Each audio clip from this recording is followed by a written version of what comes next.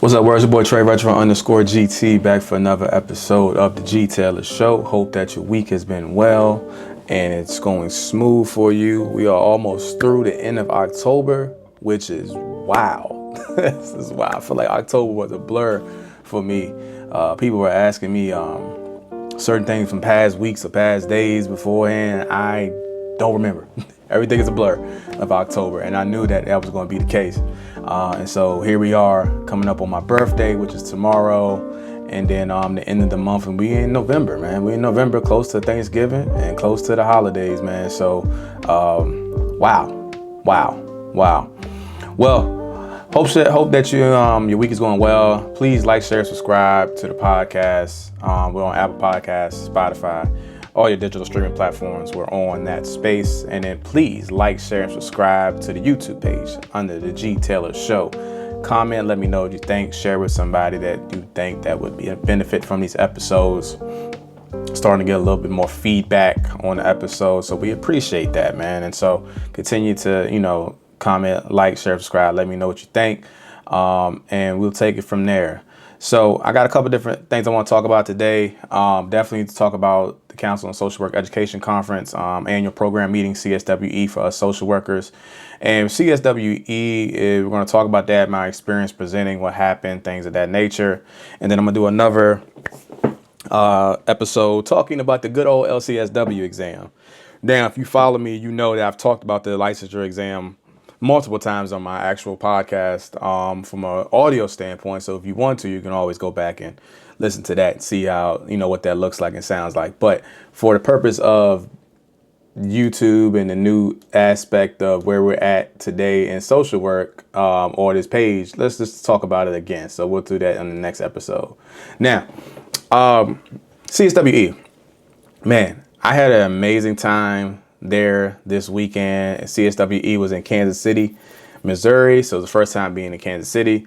Last year was in Atlanta. Had a great time there. Went to experience what it looks like, what social work looks like at the conference level, national level. CSWE is pretty much your governing body on how we do social work and from an academic perspective at all of our social work schools. So when you go, all the social work schools around the nation and sometimes internationally show up to be part of this actual annual program meeting.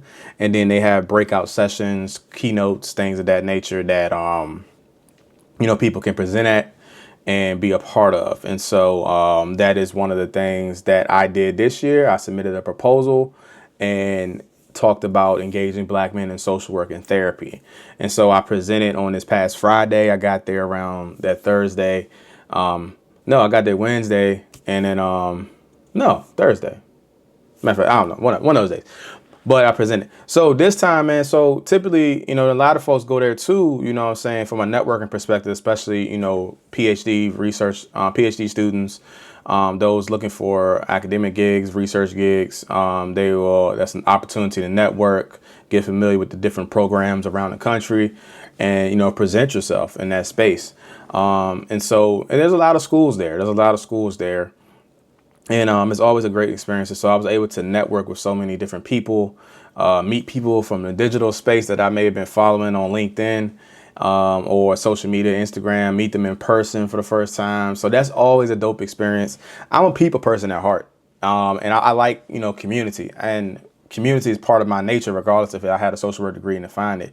And so one of the reasons, chopping it up with folks, having conversations, discussing research, discussing the work that we do, looking at how we can support one another, all those different things that come up sometimes that might get blocked because of, time management or, not time management, but time, access, things like that. We might be across the country, we support one another. We can't get across the country every single day, week, month, things like that. So that was a good part of the networking experience. And I tell all social workers, man, one of the biggest parts of this profession and this career is the networking process, the relationships that you foster, because you never know what that might lead to down the road. You might see it as something that isn't, beneficial for the time being.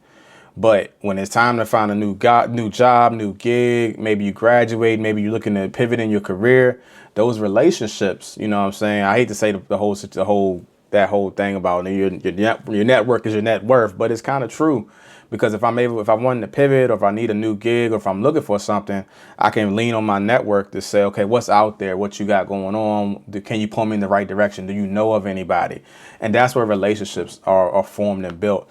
And so I pride myself on, when I go to these conferences or go into these places, to have conversations with folks, to build community with folks, and, discuss, everything social work or what we're working on. And that way I'll have a relationship, I have a connection.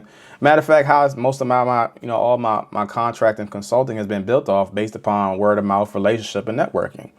And so you want to make sure as a social worker that you're doing that, but especially as a PhD student, a DSW student, if you want to get into the academic space, then you want to find a way to get to, some of these conferences, whether it be CSWE, NASW, National, and have the conversation. Even if you're one of the ones who like to challenge some of the stuff that we're doing in the social work space, that's the time and opportunity to forge those relationships and bring in new research, bring in new interventions, bring in new ways of how to do social work, because those movers and shakers are there in that space. And it's not, I've always talked about, we need to stop gatekeeping in the field, in the profession, right? But I feel like in that space, that's where you can knock those doors down to stop the gatekeeping, right? Because then you pitch yourself, you tell about what you're about to do, what you're interested in, and then you present on it, or you talk about it, have a discussion about it, right? And so I think that's one of the actual benefits of those conferences, if you are able to get in and get it sponsored. I would always talk to your job or your affiliation institution about sponsoring it to go, because it can be quite expensive. But if you can get your jobs to, employment to sponsor, which employer should possibly be doing, then that way it'll be helpful to get you into different spaces, right? It was at Laos, I think I said it right, Laos Hotel, which is an amazing and beautiful hotel, by the way, in Kansas City. And we, had most of the conference folks, or people who were there, stayed there, and then you go across the way to the convention center where most of the sessions were. And, it was I had a Friday session, a morning session, had a nice room set up. And we had a good conversation about engaging Black men in therapy and social work. And it was interesting is that, with how I present and how I facilitate, I'm always looking to see if the crowd is engaged or if everybody's still on the same page. But sometimes, like when you're in it, you might be thinking like, oh, ain't nobody rocking with me, or ain't nobody making sense. You know what I'm saying? Ain't nobody really, giving me no feedback. But most of the time, that's because it might be the opposite. Like they might be super locked in and in tune with what you're saying, and they agreeing, right? And so some folks, I think, sometimes get, in those spaces sometimes, because it can be white dominated, we don't see ourselves a lot in those spaces. And that was one of the themes that popped up for us in that workshop. And I'm thankful at that point in time, because there was a guy in there. I didn't get his name, but he had questioned leaving the profession, due to something that either happened that weekend or during the week. And we, as in that room was Black and white social workers, but mostly Black social workers were there to surround him and pour into him and, have a conversation with him to see how we can best, support him. And I was super appreciative of that, because I had my colleagues in there and they were taking pictures, recording, and chiming in on the conversation. But I thought that was super powerful in that moment. And I didn't get a chance to talk with him because I was talking with other colleagues that were, participants that were there. But I just thought that, man, like that just confirms that this space is still needed in this profession, at conferences, in our workplaces, in the community, but just in our profession in general. Because it continues to still be a white dominated space, and it's growing. I think we are, attributing, and getting more Black social workers into the profession. But again, like I said, the work that we have to do is not just recruit, but also how are we retaining Black male social workers, but Black social workers in general. And if they don't feel supported, and they don't feel like they have psychological safety or access to resources, access to leadership roles, and just overall just good general psychological support, then it's hard to keep those Black social workers in the profession. And we know, at least for what I provide for research wise, that the need for Black mental health and Black male therapists, Black male social workers, Black women social workers and therapists is tremendous due to the suicide rates and everything that's going on with Black people in the community.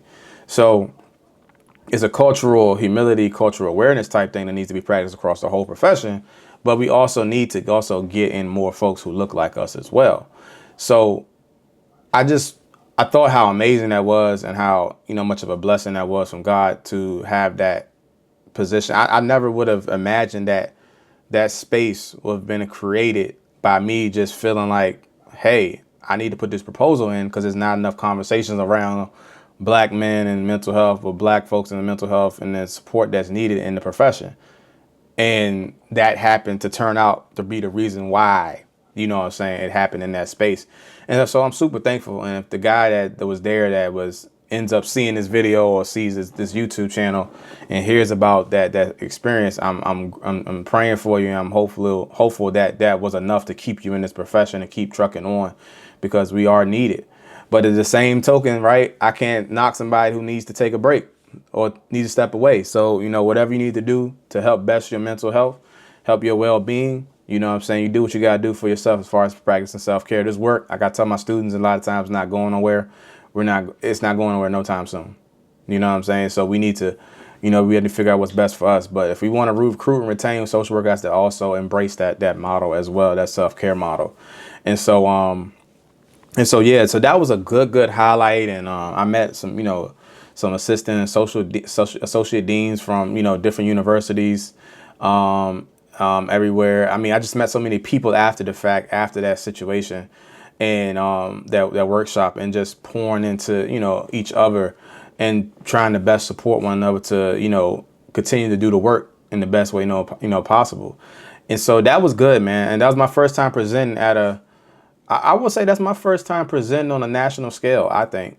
Yeah, that was my first time presenting on a national scale, and that was dope. It was dope. It was a dope experience. And I'm thinking about different things that I can, submit or propose for next year. Hopefully that will come up. Now, secondly, had a minor inconvenience there. But yeah, so I had the opportunity to attend different workshops and sessions and looking at what other universities and people are doing. Looked at well-being and things of that nature of students, navigating the doctoral experience of different doctoral students and things like that. And then also having conversation with my colleagues about, ways that we can enhance, our program and meet the students where they're at, things like that. I mean, I had a conversation with our NASW CEO, and then different, deans and directors of different programs across the state, and just learning about, how they go about doing the work that they do, right? And how can we best serve, or at least figure out ways to collaborate, use best strategies and approaches, because we are in a new social work space. We are in a new social work profession that I think we do need to adjust going forward. And so I was thankful for that time period. And then also, I was thankful for the opportunity to explore Kansas City a little bit, which I did have the time. Got some good barbecue out there. I ain't hit all the spots that I needed to, but I was able to hit, a particular good spot that had some good wings and some good cornbread at the recommendation of my guy, Chris, and all those different things. So, man, it was a great time and experience. I do implore that if you are able to at least, go and check it out, you will find your people there, regardless of, how it might be perceived. And I think that the more of us submitting proposals or doing, poster presentations, presenting our research, continues to change the wave in the profession of what we're trying to do. I got some video footage of everything to recap. And at the same time, I got a lot of information of doing my own, doing my own homework for a class that I had to do throughout the weekend as well. And so I also want to say that too, I was able to meet my cohort for my DSW program. So, a lot of us was going out there. Our director, Dr. Ratliff, she was, Esquire Ratliff, she was present. I think our assistant dean for student affairs was present. And so, and there were a couple of us in the cohort that were going to CSWE. And so we ended up having a good gathering with us during that Friday after I presented with my cohort, some students who are first year, second year, from some folks who are getting ready to graduate, talked to some of the professors. I did meet one of my online professors. And then, of course, our director, Dr. Escobar Ratliff. And so we just had a conversation about our experience, shared experiences, shared tips and strategies.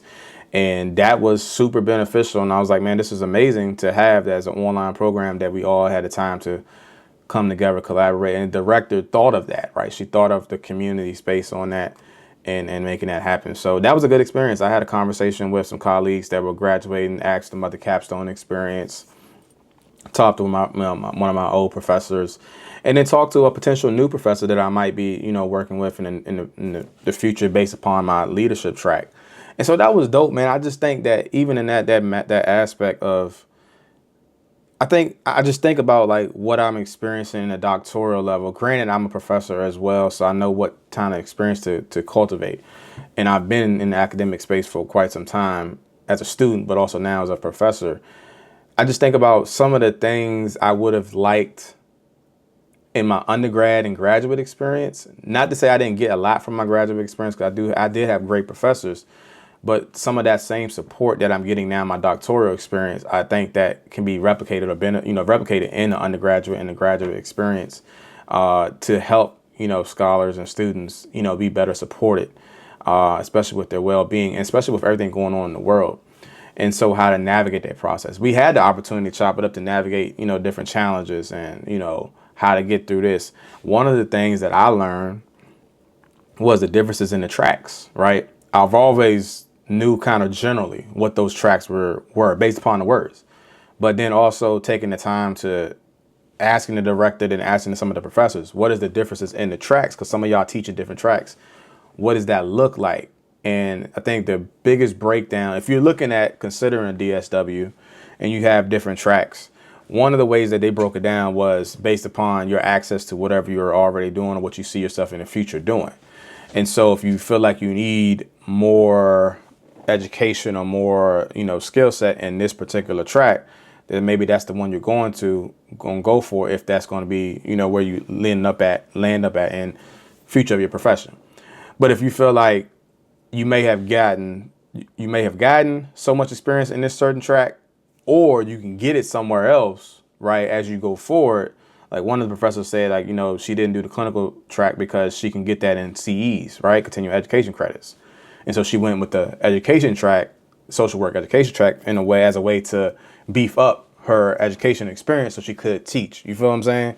So it's just about, currently what you have access to, your already past experiences, and then where you see yourself in the profession going forward. And that could change during the trajectory of the DSW experience, but it's just something to think about as you are, matriculating through your actual experience. So I thought that was a great breakdown to help me clarify and kind of solidify what the track I want to stay in, but also making sure that I'm on the right track.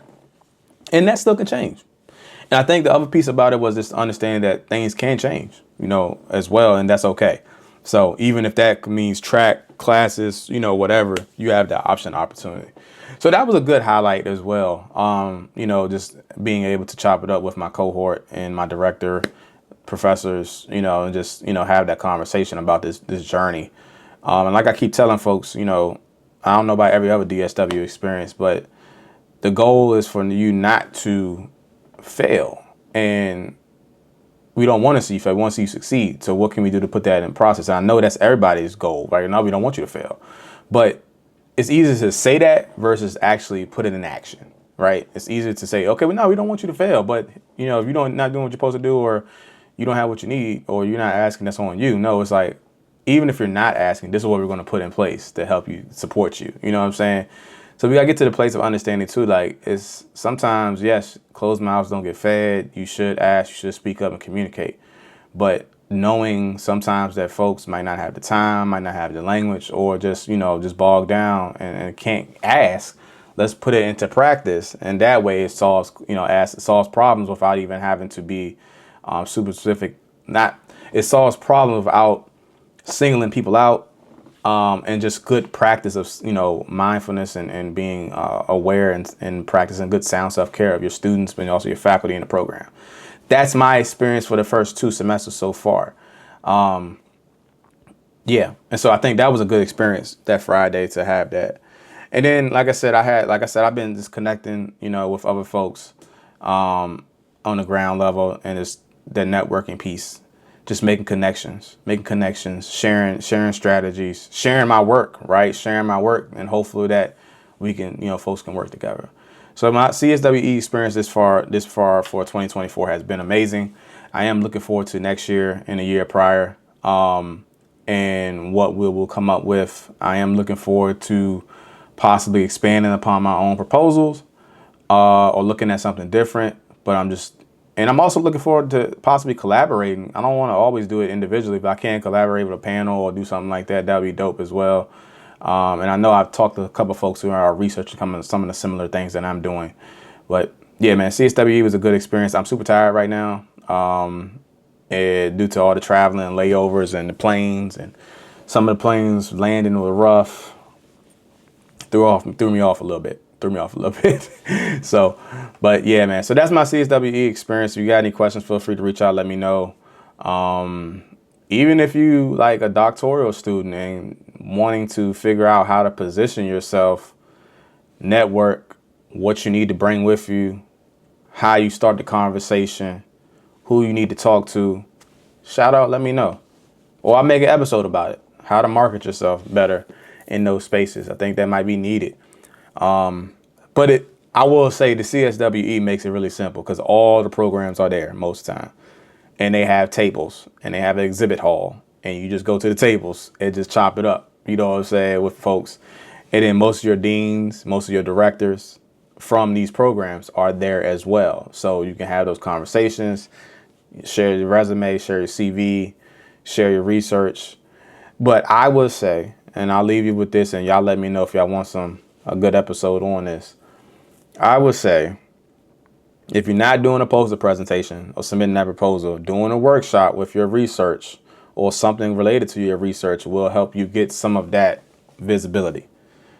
And also establishing a social media profile or some form of landing page or something like that, to have that to back up as you are maneuvering around or presenting or talking with folks. Make sure you got a business card on you or a digital business card. I don't carry business cards. I do digital business cards because business cards, for me, I keep having to change them up. Now, I do think there's still a benefit to having that physical card because some people still like the physical cards aspect. But if I can get my information to your hands digitally quicker, where you just got to click a button 2 times and you got my whole contact, that's even better. So I would say, at least get a poster presentation out there. At least try to do a proposal for a workshop based upon your research, right? When you're networking, you can have your business cards or digital business cards on you to share with deans and directors, things like that, and have a social media or a website landing page set up so they can learn about you and kind of refer back. Because they might not refer back in the moment, but like today and most of this week, right, I anticipate folks reaching back, when this dust has settled, everybody got home, get back in their, their routines to reach back out. So it's strategic on having everything. That's why y'all haven't seen me posting in a while. Everything is set up strategic. So if they go back to look back up my information, website, emails, they can see it, and they can see all the rest of the stuff that I do as well. So let me know if y'all want me to do an episode on that. We can kind of look strategically on that more. Because it is it's your professional, career. So you also want to market yourself in the best way you know how, and those conferences are a good place. You know what I'm saying? I don't think you can really not succeed in, networking and putting yourself out there at that conference unless you really, really, really are like shy. And you could be shy and removed and reserved, but if the right folks or the right people or just standing in the right area, you'll meet who you need to meet. But we can always flush that out more. All right, man, y'all have a great week. Like, share, subscribe to the podcast. Let me know what you think. And we will pick it up from there. All right, take care. Have a good one. Peace.